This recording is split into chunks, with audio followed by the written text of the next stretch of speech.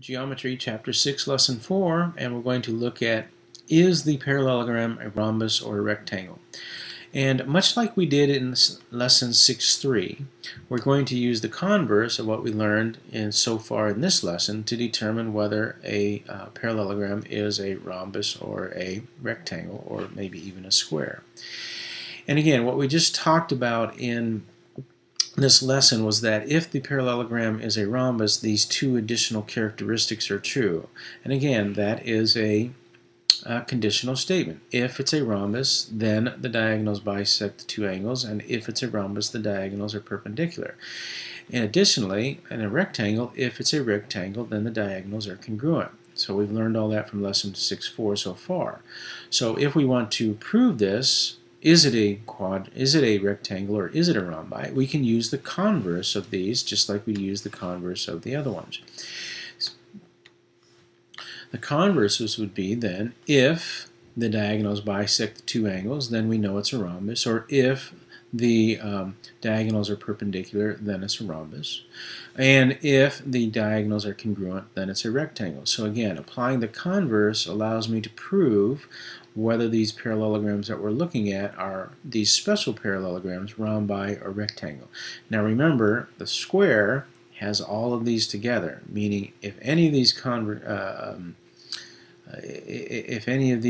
conditions are met, then it could be a square, but with a square it would have to meet all of these. In other words, the diagonals would have to bisect the two angles, and it has to have the diagonals congruent. The square would have to meet the condition of a rhombus and the condition of a rectangle. So if you want to prove it's a square, then you have to say yes to a rhombus and yes to a rectangle. So just keep that in mind if you're trying to prove something is square. Because it has the characteristics of both, you have to be able to prove that it's both. So you would have to show that the rectangles, or that the diagonals, are equal, which would make it a rectangle, and you would have to prove either that the diagonals bisect the angles, or the diagonals are perpendicular to prove it's a rhombus. And if you could show yes to two of those three, one being the rectangle, then you would have a square.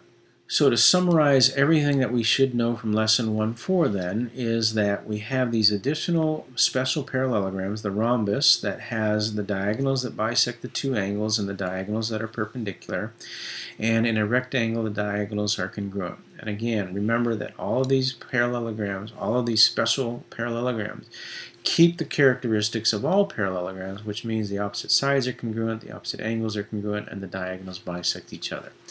Okay, so that's a summary of 6.4, and again, the idea is these concepts aren't really difficult. There's a lot to remember, but once we know what the concept is, then the idea is to be able to look at a figure and then to determine lengths, to write equations based upon those relationships to determine lengths, or if we're trying to prove that they're one of these things, then to look at the diagram and to be able to say, well, because it has this particular characteristic, then it must be one of these special parallelograms.